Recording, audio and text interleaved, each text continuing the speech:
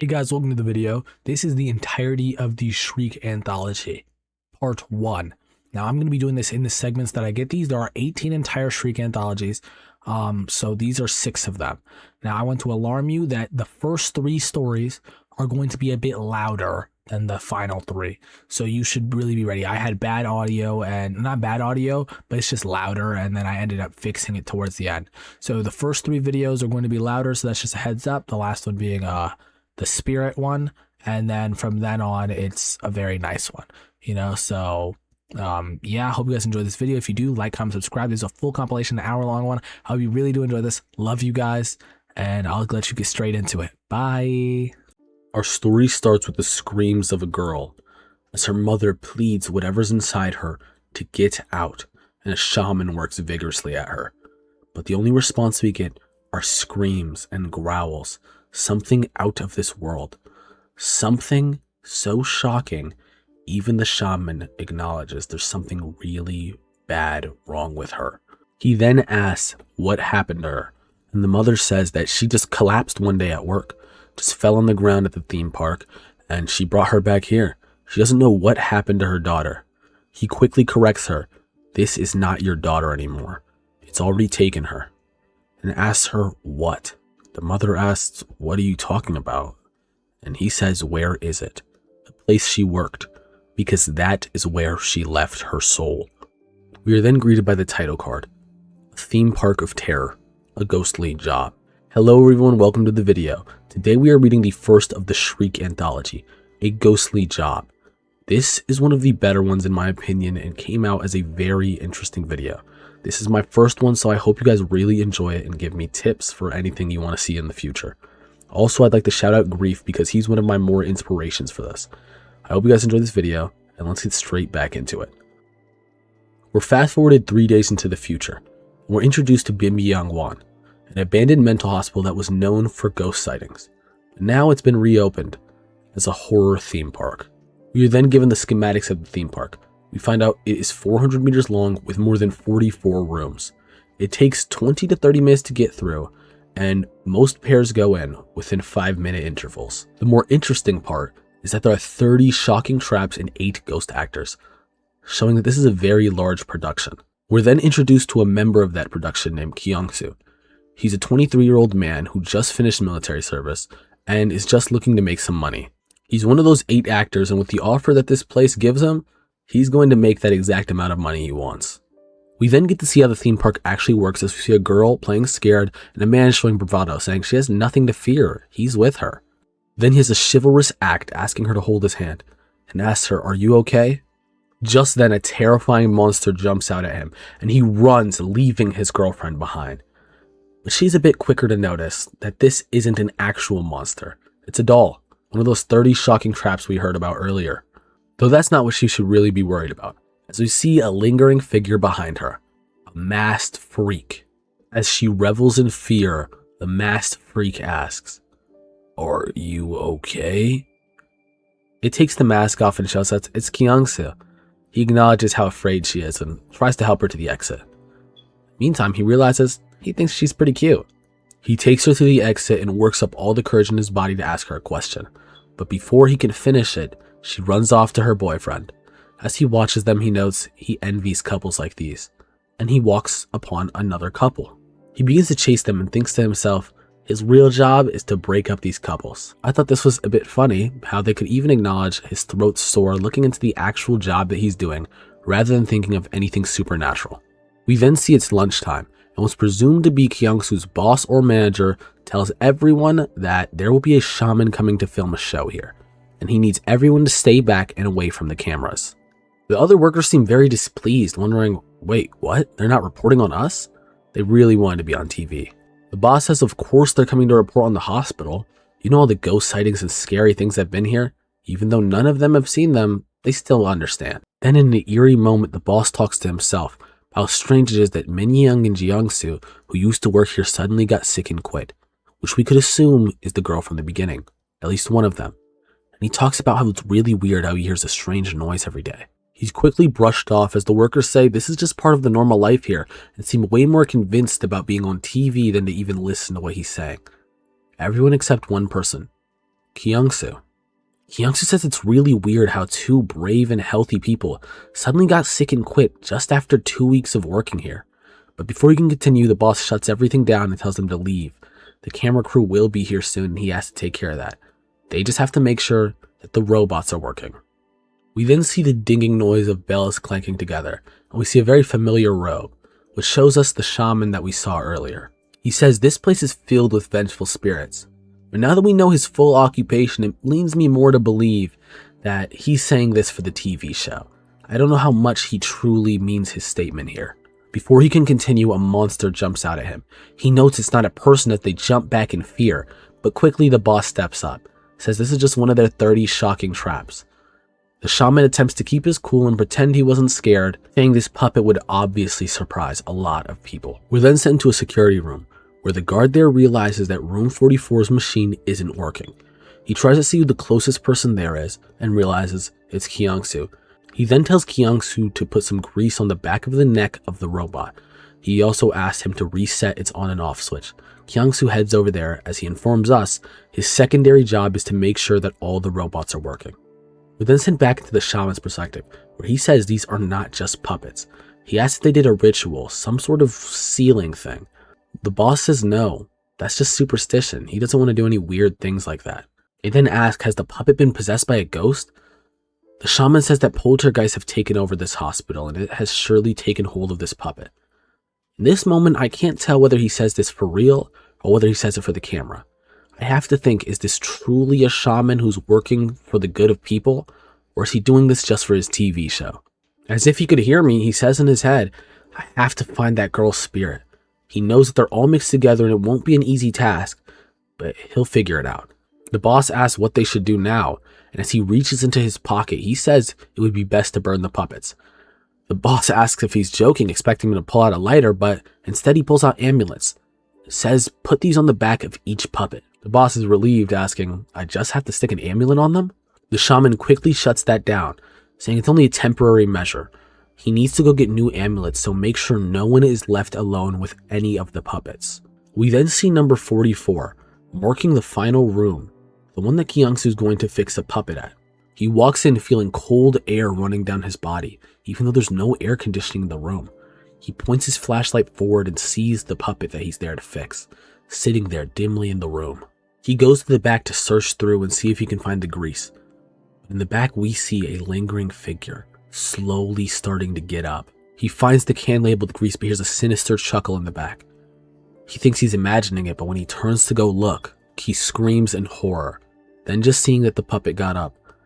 It's the scariest one in the entire building. Why did they have to make its head spin all the way around?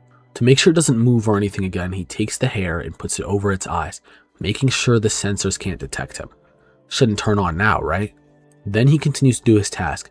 He slowly applies the grease to the neck of the puppet and goes to reset the switch on its back. He finally thinks to himself he's done, and he pulls back the robe of the puppet, only to see there is no switch. In this moment, his heart drops, and he wonders why isn't there a switch. But in my mind, what I think he notices here is, if there is no switch, if the machine wasn't working, how did it get up earlier? How did it move its head around earlier? While these thoughts race through his head, he slowly points his flashlight up and notices its mouth is open now. He quickly falls back and we see his flashlight flickering. In the other room, the security guard asks, what's going on? Why is the camera not working? Hey, Kyungsu, can you hear me? But Kyungsu's not going to respond.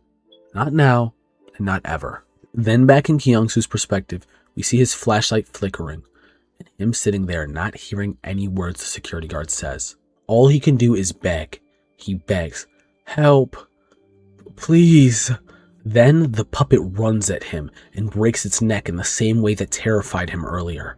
Then there's a gap in time, but we see some of the workers have found Kyungsu unconscious on the ground. They care to get him out before the TV crew can get there. They drag him away wondering what could have possibly made him pass out. What could have been so scary it sent him fully unconscious? Very quickly after, the camera crew arrives to the room marked 44. The shaman says it feels clean for some reason. What's wrong? They ask why isn't the puppet moving? The boss goes to flick the switch that wasn't there earlier.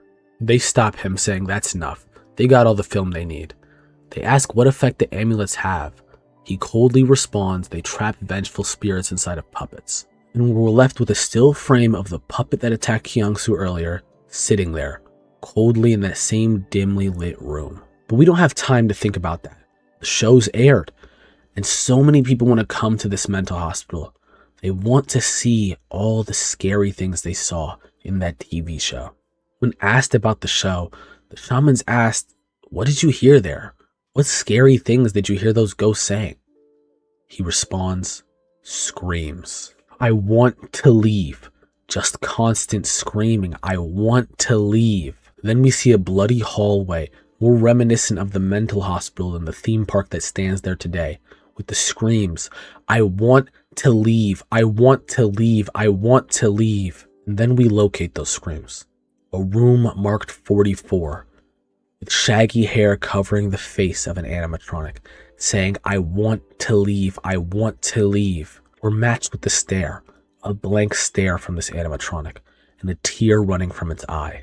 As for me, I'm still working there part-time as a ghost, a job he'll have there forever, as we see the soul of Kyungsu trapped by the amulet inside of the puppet. Our story ends without a proper conclusion. The spirit of the girl still lost, the spirit of Kyungsu trapped, and the evil spirit that was once in that room is now gone. We know this because he says the room felt clean. It felt clean because there wasn't an evil spirit there. It was just Kyungsu's. And that is the first story of the Shriek anthology. This is a very fun one to me, and I thought it was a very good story to start it on. I hope you guys enjoyed this video, and if you do, tell me down below if you want me to continue doing the Shriek anthology or any other stories that you like. This is very hard, high effort, so I hope you really do enjoy this, and please show me some support. Thank you, and I'll see you in the next story. We start our story on the hottest day of the year, where a boy's sitting in front of his computer, so bored, he's just looking for something to watch. Maybe a horror movie, something like that. Something quickly catches his eye. He's on Red Moon TV, and looking through the live tab, he sees a guy saying that he's going to show us ghost stories, terrifying experiences, and something truly scary. Of course, with an intro like that, why wouldn't you want to see it? So he clicks on, thinking, that doesn't sound bad. This might be the perfect thing to quell the day. Looks like he clicked on right at the nick of time. The streamer's starting his challenge right now. He says now that we've got enough people, it's time to get the show on the roll. He says, please make your room dark. Let's set the mood. Turn off the lights. But of course he's just saying that for theatrics. The boy says I can't be bothered and doesn't get up. Until he gets really adamant. He knows you haven't done it. He says, come on, you gotta brace yourself. You gotta get really immersed in the show. Now go turn off the lights. Hurry, hurry. This time, he does turn off the lights. Saying, God, this guy's demanding. This better be scary. Now that the mood's been set, it's time for him to tell us what's actually going on. Let me jump in here real quick and introduce our story. This is the second of the Shriek anthology. Live. Story and art by Danwell. In this story, a streamer bites off more than he can chew in the name of content. This story is very interesting to me, because in the position we are, the perspective we're looking in from, there's no problem. There's nothing for us to be afraid of. We're not in danger at all. But we're going to watch along. More so a thing where you can't look away. No matter what's happening, you can't look away. Let's get straight into the story. He's moved into a new place. This was going to be a housewarming show, but with the history this place has, he has something else in mind. It's so hard in his area to find places to live, but this place he found was really cheap. Close to the subway, it had everything perfect. But there was one caveat. Ever since he moved in, he's been feeling chills. It's felt so cold. And when he looked into it, he found out something insane. Someone died in his apartment. 3 people died. He asked around, there were 3 people who lived here. A mother, a father, and a son. Kid went to elementary school. Dad worked a good job. They seemed like a pretty normal family. Everything was very standard. But one day that all changed. The mother went insane, murdered her husband, murdered her son, and then killed herself. But the most shocking part was her weapon of choice, an ice pick, brutally stabbing them multiple times. This part felt very cold to me. An ice pick is such a close weapon. For people who you loved, for people who you created a life with, to kill them with something so up close is traumatizing. It's horrifying. The chat instantly freaks out. People saying they feel like there's ghosts coming, how they're terrified, shaking. Even some people trying to figure out why she did it, asking did the husband cheat on her or something? The streamer says the reason? I'm not sure either. Not even the police figured it out. But you know what? Let's figure out that reason today. Instantly, our viewer thinks, the reason? How could he figure out the reason for a murder even the police couldn't solve? He questions this so much he even types in his chat and asks the reason? How? Everyone's initial thought is he's going to use a Ouija board. It's going to be that type of thing. But they were really wrong. He says, that's right. We're going to summon the ghost here. But not Ouija boards. Ouija boards require multiple people. So he's going to use a different technique. This technique isn't the innocent joke of a Ouija board. It's something a lot different. He tells us you need 2 candles, a paper, a pen, and a bit of blood from the person who's attempting to communicate with the ghost. You have to poke your finger lightly with a needle, like when you feel bloated, and draws blood from his finger. He then uses that piece of paper and stamps blood on both sides, making sure it's symmetrical. Next, you have to write yes or no and place 2 candles directly on the spots covered with blood. Now, if you ask a question, the candle that's on the side with the answer will flicker. He's never tried it before, but he's willing to do it right now. Now, are we ready to summon this ghost? He proceeds to chant, "Spirit, spirit, come here. Spirit, spirit, come here. Spirit, are you here?" He receives no response from the candles, but we see something different. Walking in the doorway behind him is the figure of a woman. We notice this, but he's too focused on the candles to notice. But who else noticed? His chat. The chat screams, "Ah, behind you, it's by the door. We saw the ghost." A person named Glasses, pretty sure it's his mom. And Ghost Man says, this is probably fake. He instantly turns around. Someone went behind me? Ha, funny guys, but I'm alone. Just like the people in the chat, he says, you almost fooled me. I didn't get scared by the trick. Now he's going to try again. He's going to focus. He chants again, "Spirit, spirit, come here. Spirit, spirit, come here. Spirit, are you here?" We're then shown it was the yes side that flickered. The candle flickered. Seriously, this is insane. A spirit has actually been summoned. Our viewer thinks he's just acting surprised, that it's all just a show, but he tries to calm himself. The streamer asks, "Did you used to live here?" The yes side flickers. Okay, that's a yes. Then were you over 20 years old? Then the no side flickers. Realizing this is probably the young son, the one who was murdered by his mother. Now he'll ask again, "Were you by any chance murdered?" The candle flickers on the word yes. Whew, he's visibly shaken here.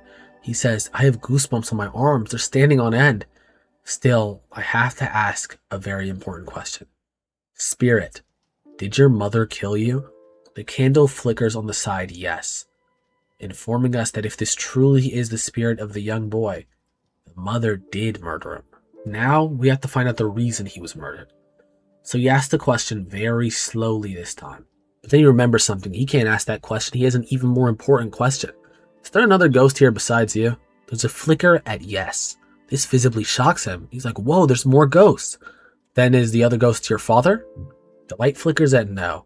He instantly goes silent. He sits there completely shaken, realizing what it means if the other spirit is not his father. Then, is the other spirit your mother? The candle flickers yes. Silent again, he realizes. It's her. In that moment, the lights start flickering, and we see the image of a woman behind him, quickly disappearing again during the flash. The chat freaks out. There's a ghost behind you. The whole vibe today is out of this world, with Ghost Man still not being a believer, saying this is so fake. Everyone else, though, is pretty scared. He looks at the chat and is instantly scared. What are you guys talking about? This is the second time he hasn't seen anything. But he asks, was someone really there? The light flickers yes. He screams, that wasn't even a question. He then asks, should I leave this place?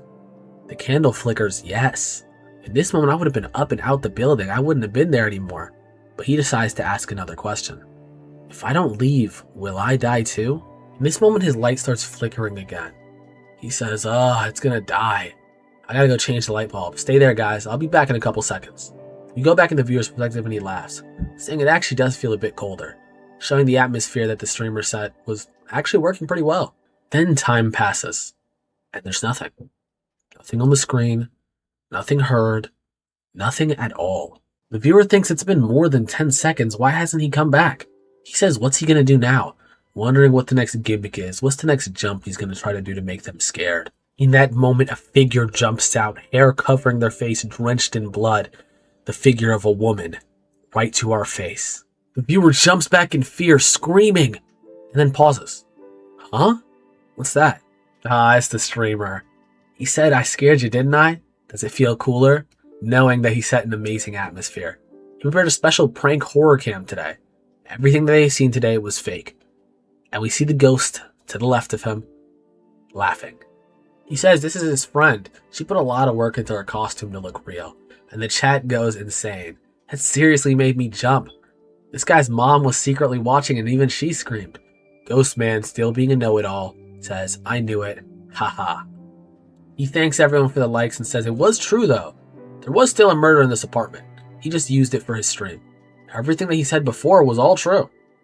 Then he says something that shakes the core of this. Even the candle flickering before was real. Huh? And then his light goes out. What? Did the power really go out? It's crazy timing. Even his monitor turned off. But the camera's still running. That's strange. He asked, can you guys hear me? Just wait a sec. He's gonna go fix the power. The viewer leans back knowing, you already scared him once, you're not gonna scare him again. Even though the streamer says this isn't a prank cam this time. He's gonna go fix it, just give him a minute. Though that atmosphere he built was truly exciting. Making him wait is only getting the viewers more excited. And then a blood-curdling scream comes through. Ah! He laughs, saying, come on man, trying to scare us with your voice now? Everyone in the chat's laughing too. You can win an Oscar for this type of acting. Even a guy bets his wrist that Dee Dee's trying not to laugh. Dee Dee's the name of the streamer, by the way. Some people even actually got scared. But looking closer at the chat, someone sticks out. Someone by the name of Red Lantern. He said, but was it really just the two of them before? Our viewer instantly goes, huh? The hell is Red Lantern talking about? And sends a message back to him. He says, yeah, it was just the two of them, but Red Lantern says, I didn't say anything because I thought I saw it wrong, but weren't there 3 people there? He said he's pretty sure that he saw one more person when the lights flickered. Instantly shocked, 3 people? The rest of the chat only saw 2 people. What are you talking about? Until they realized, Red Lantern, you gotta be Dee Dee, huh? You're trying to trick us, aren't you? You almost got us. You almost got us. Red Lantern says, no, I'm not Dee Dee. I'm sure. I saw 3 people earlier. Hold on, isn't there someone there right now? If there wasn't 3 people earlier, how's there 3 now? Our viewer taps where? Where on the screen? Red Lantern says, look carefully at the screen. Hones in his vision, but still, he can't see anything. Red Lantern says, in the middle, by the door. Focusing in, we do see a figure by the door, and it rushes at us. Blood-covered hair, but this time we see the face. This isn't the girl from earlier. It's something completely different. Then the stream ends. It cuts out. We have no idea what happened until the next day, when the news is broadcasting something. On today's story, this morning around 1 a.m. a shocking murder was caught live on the air during an internet broadcast. They say that they received multiple calls from viewers on the show. The police went and found 2 bodies, badly mutilated by an ice pick, the same weapon of choice of the mother. The 2 victims have been identified, Mr. Kim, also known as Dee Dee, and his friend Yoon, the one who was playing the ghost. There don't seem to be any signs of forced entry. Who got in there? Who killed him? And with the footage recorded, there's strong evidence that it cuts, and we see police tape around his room. The whole setup kept pristine to the condition it was during the live stream. We take a closer look, and we see it truly is pristine. Both candles still on the paper. We look even closer, see a little bit of wax melted, but everything else is about the same. In that moment, the light flickers on the no side. Now that's the end of our story. This was a great take on a streamer just trying to make content gone horribly wrong.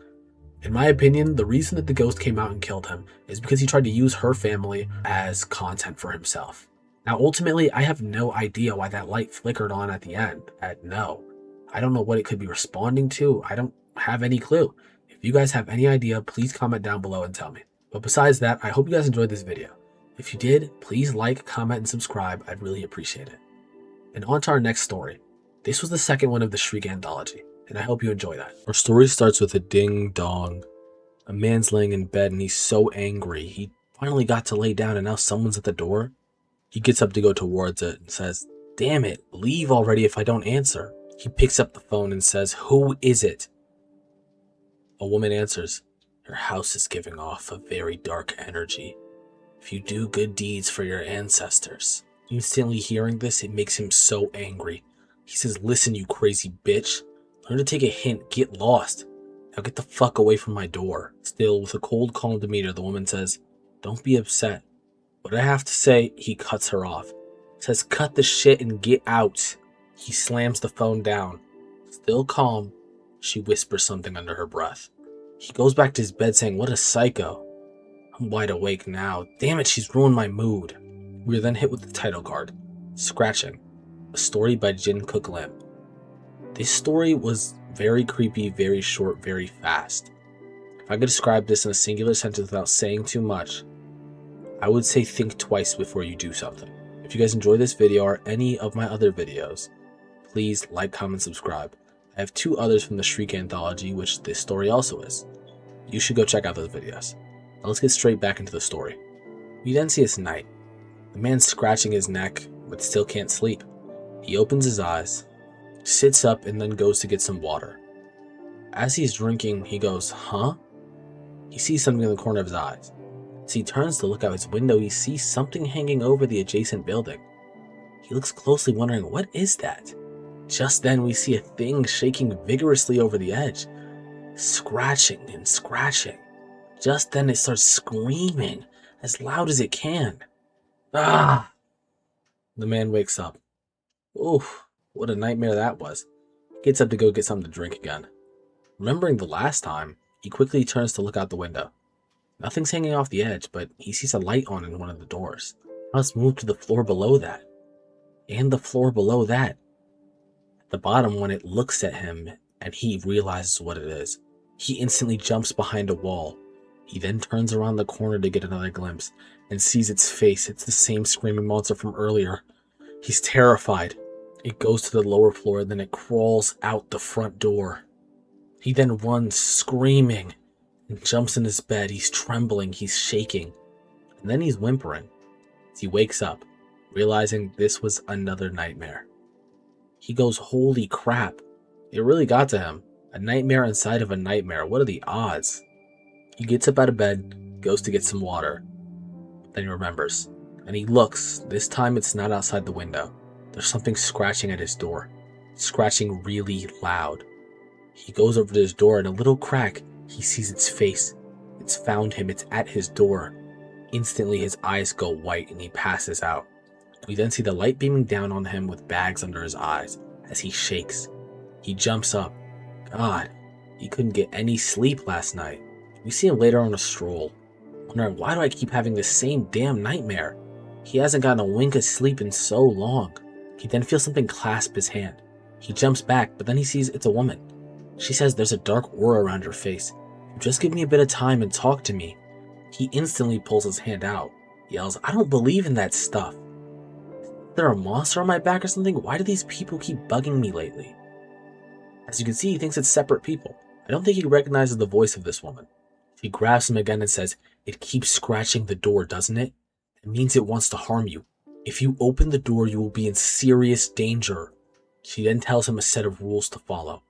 Something will knock on the door soon. That means it wants to help you. You have to open the door if it knocks on it. He pulls away, calling her fucking insane. Says stay away from him or he'll report her to the police. Clearly he doesn't give a fuck what she's saying. When he's a far enough distance away, we see the woman do the same thing she did earlier. Murmur and murmur, whispering under her breath. He wipes the dust off of himself from where the woman grabbed her. Seriously ticked off, talking about, God, what's wrong with these people? Telling me it's trying to harm me if it scratches, but to open it if they knock. That's when his face drops. Huh? He looks back. What the hell is going on?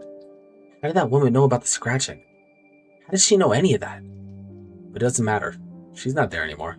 We then see him laying in bed, breathing heavy, scared, not able to sleep. And he peeks backwards. He hears it coming.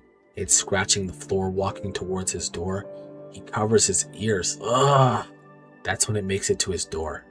Scratch, scratch, scratch, scratch, scratch, scratch.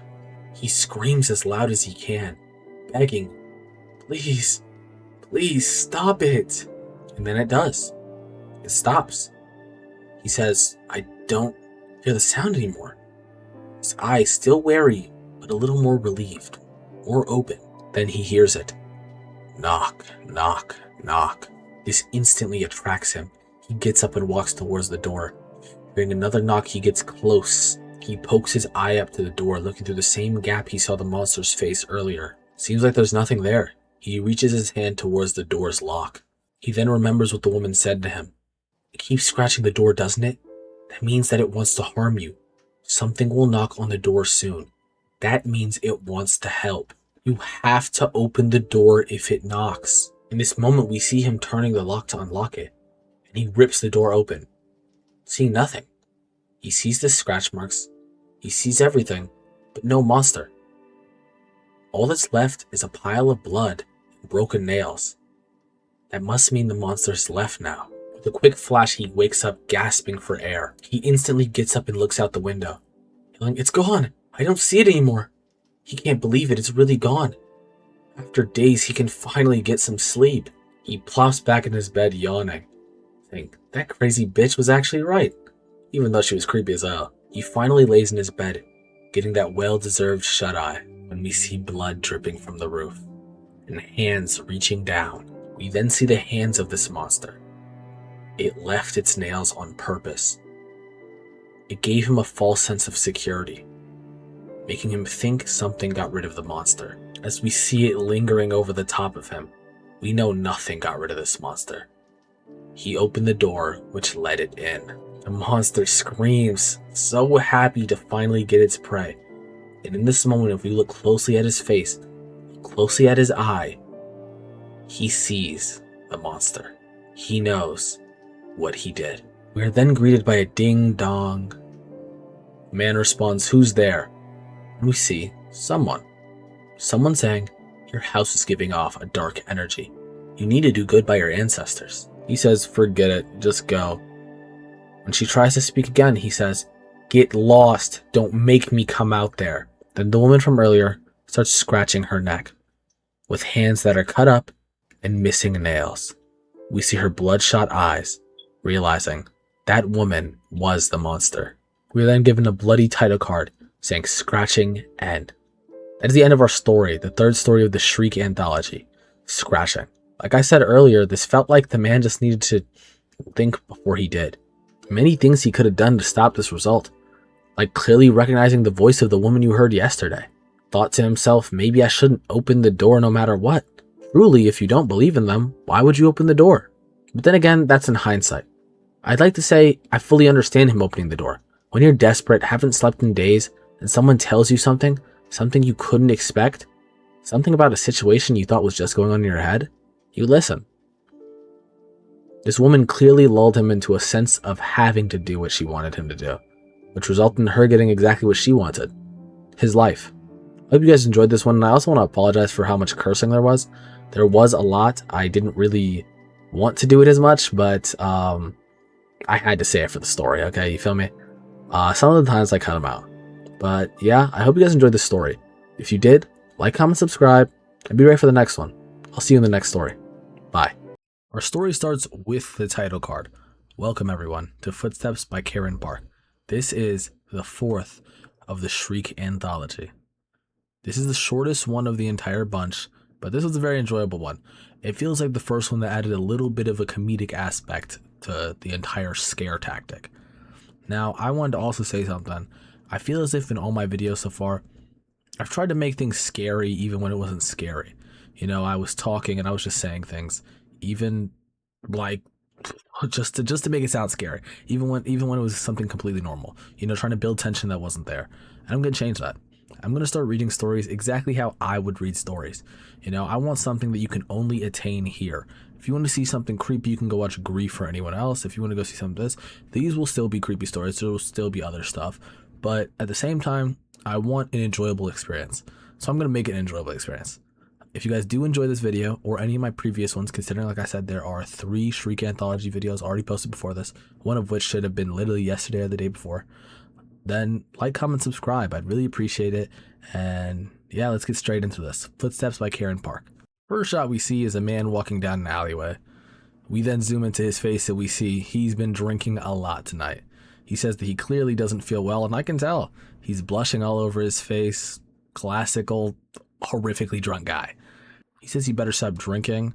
I don't really believe he's going to be doing that, but, I'll take his word for it. Just then something catches his eye. As he looks forward, he sees a girl standing there. Girl in a full red dress, just standing there. He looks closely at her and says, "What's a girl doing alone in an alley at this hour? I assume it's the middle of the night. If I assume based on Japanese culture, where I'm assuming this is, they drink really late, so I'm going to say these are in the late AMs. His instant thought is the best thought possible. She might think I'm some kind of pervert if I keep walking behind her. I think I'm going to walk past her. When he does walk past her, I don't think he really notices that there's hair covering the front of her face too.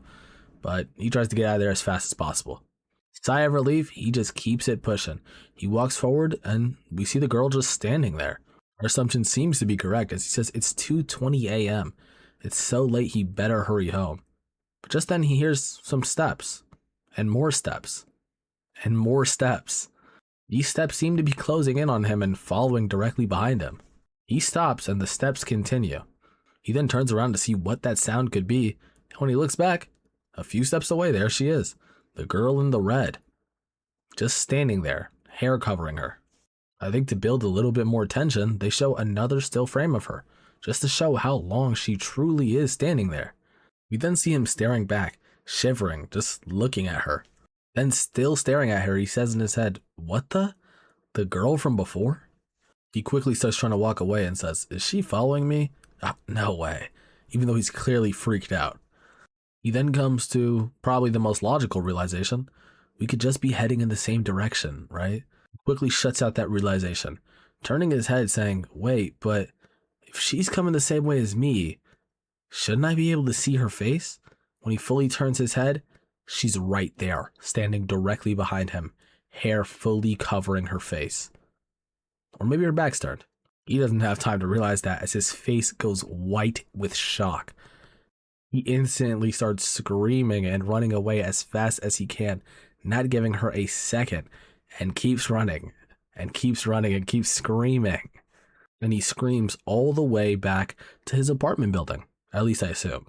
He starts spamming the button, click, click, click, click, click, trying to get that elevator door to close. We see him sitting there panicking, not able to get a real word out, still spamming that button, trying to get it closed. He even yells at the door, "Hurry up and close now." And it does. It finally closes, puts a hand against the wall and catches his breath. Finally, he's safe. He fully tries to catch his breath, going, and then he gasps. And we see behind him, the girl's in the elevator.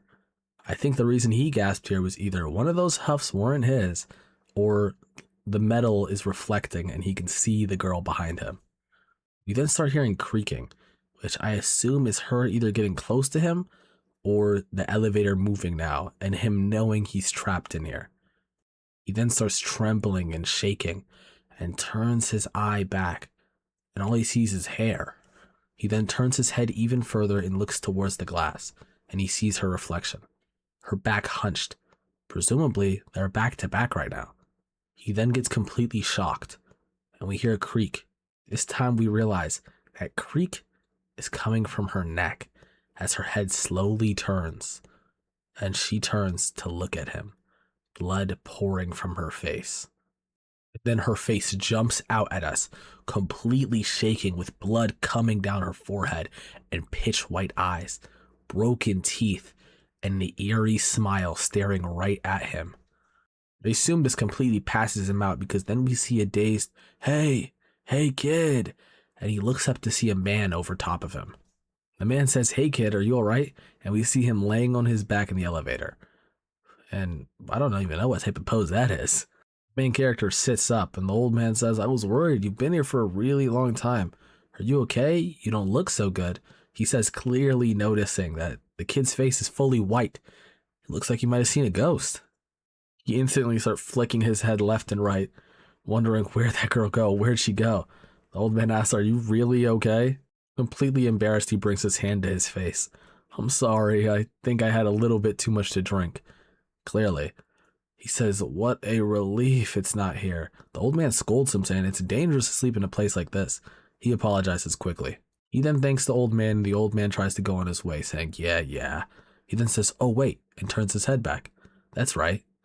The kid says, "Yeah?" And he goes, never mind, never mind. You just go ahead." Confused, he says, "Okay."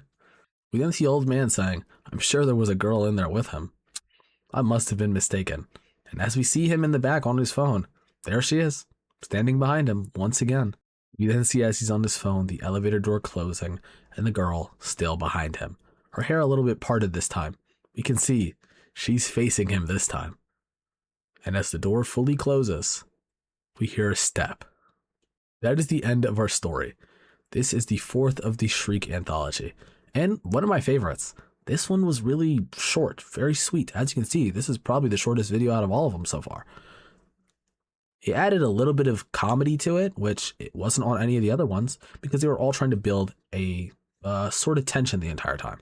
This one had a bit of tension, but it relieved it very quick. It had a little bit of a scare with the bloody face of the girl, but that was it. You know, a calm, quick, short story. This truly feels like an anthology. I hope you guys enjoyed this video, and if you did, like, comment, subscribe. I really appreciate it, and help me on the road to 100 subs. I love you guys, and I'll see you in the next story. We start our story with two police officers standing in an alleyway pointing a flashlight at the ground. And one of them says, "Hey kid, wake up." The other one, seeming annoyed, is asking, "Is this guy drunk or what?" We then see another frame, and we see what there is. There's a kid laying on his side in the alleyway. As he says, "Hey kid, wake up," and he begins to flip him over.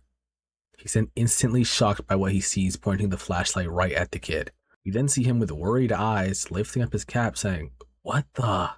Then we see grotesque stitches on the kid's mouth, and him saying, "What happened to him?" They see these are some real stitches, like cross stitches, like something you'll see out of the Saw. Then we are hit with the title card. It says Shriek by Young Jin Kim, but the story is actually called Spirits. This was one of my favorites so far of the Shriek anthology. Considering this is the fifth, that says a lot. Now, this one is a really cool one because it has a really nice art style, in my opinion. I mean, I think you could already see it with the stitches on the kid's mouth and everything. It just looks really cool. This one is more of a slow burn, I'd say, so be more prepared for that. Not really more of the jumpy one like the first or the third, but this is more of, how do I describe it? Just enjoy, you know? And if you guys enjoy these videos, which thank you guys for how well the other one's doing right now. I try to make a really good thumbnail for that. If you're enjoying this video or my series so far, there's 5 Shriek anthologies, so you should go see that. There's a playlist on my channel. You should go check that out. But yeah, if you're enjoying these, you should like, comment, subscribe. It really helps me out a lot. Love you guys. And let's get into the actual story. We then see a school and the words that say 3 weeks earlier.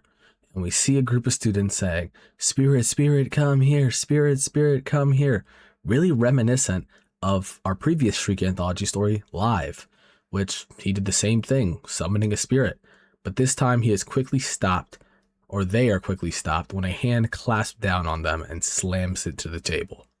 We then see a kid with a mask on saying, "Stop it." And one of the kids looks up and says, "The fuck? I thought you were a mute." The other one doesn't really say anything. The whole class murmurs, and the bully-looking kid gives him a pass, waving him off, saying, "Hey, stop screwing around, piss off, man." Kid looks down on them, and they go right back to it. "Spirit, spirits, we summon you. Spirit, spirit, we summon you." Until another slam. The kid with the mask says, "I said stop it. It's right there," pointing to a doorway where there's nothing. There is literally nothing standing there. But I guess the kid sees something. The bully kid instantly stands up and starts poking a finger in his face, saying, "Have you lost it? You're really starting to get on my nerves." We see the masked kid whisper under his breath, thinking he's too late.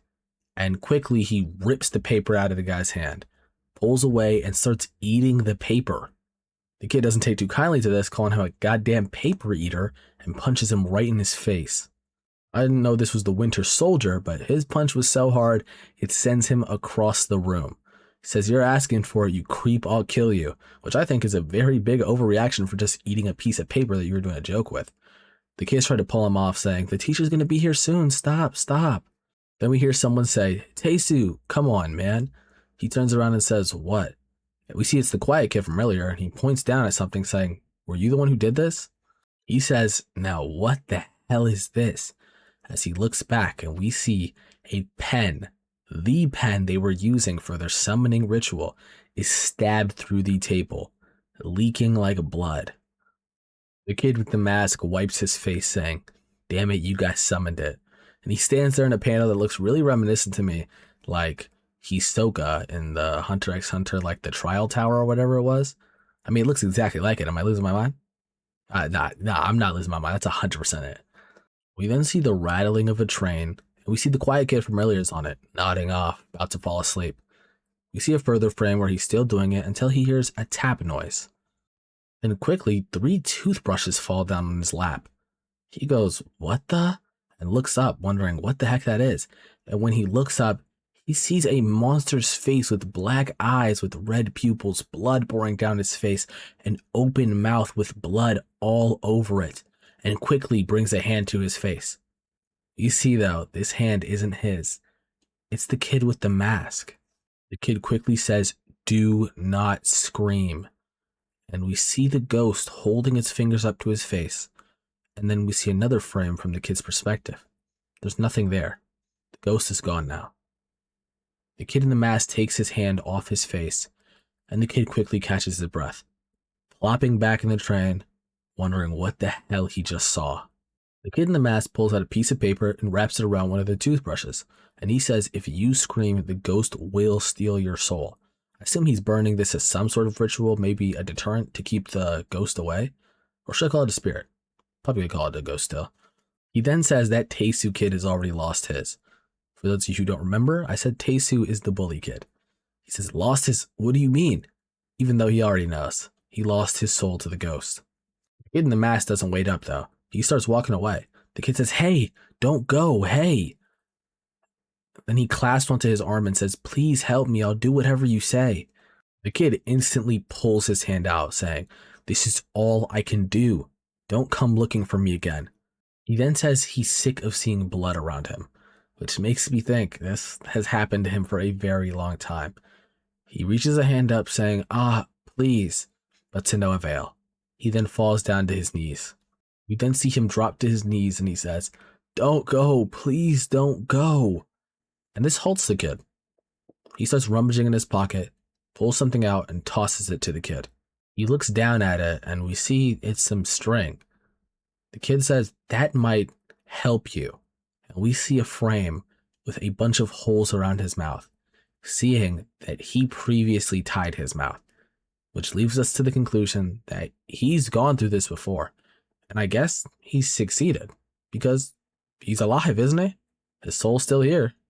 We're then sent to the present time, hearing "Kid, kid," with his eyes closed, and then he opens them. He says, "Hey, you're awake. The doctor will be here soon, so just wait a bit. I sterilized your lips so you'll be fine." Sterilized his lips. He reaches his hands up and realizes he has the same holes as the kid. They took the string out. We then see the moments before he loses his mind, and the guy asking, "Hey kid, what's wrong? What's wrong?" And then he turns his head up, goes, "Ah, ah, ah." And the guy tries to calm him down. "Hey kid, what is it? Calm down, stay down." The man keeps asking him what's wrong, and we see him reaching up in the air, just screaming and screaming.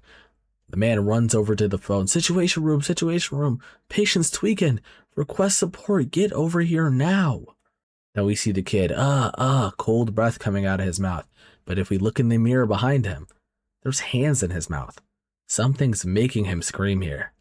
You then see those hands in real life, in his mouth, as he goes, and the ghost from earlier standing over him, saying, "Go ahead and scream before I rip it wide open." Which makes me think that what he's done so far hasn't counted as a scream, I guess. Maybe he's just losing his mind, and when he truly screams, he's gonna do it. So is this a threat? Which, in my eyes, can he really get this guy's mouth? Can he really rip it wide open? Probably. I actually think the uhs and everything probably made that. But whatever. And that is the end of our story. The 5th story of the Shriek anthology, Spirits. Like I said, this one's really art dependent. And it's very quick, it's very short, very obvious. You know, when at least the only twist that I really saw was when the kid had under his mask holes in his mouth. But when it gets to the next part and you see him with the mouth clear, you kind of know what's going to happen next. He's going to scream. Something's going to happen. You know, a short, sweet one. And I feel like these videos keep getting shorter and shorter. These stories are just getting that much shorter. You know, I think there will be a longer one coming soon. But for now, I hope you guys enjoyed this one. And if you haven't watched any of my other ones, you should watch it. I'm going to also drop a compilation video of all 5 of the ones that we've already seen, and I'm going to do it in those clumps. So I hope you guys enjoyed this video. If you did, like, comment, subscribe. I really appreciate it. I love you guys, and I'll see you in the next story.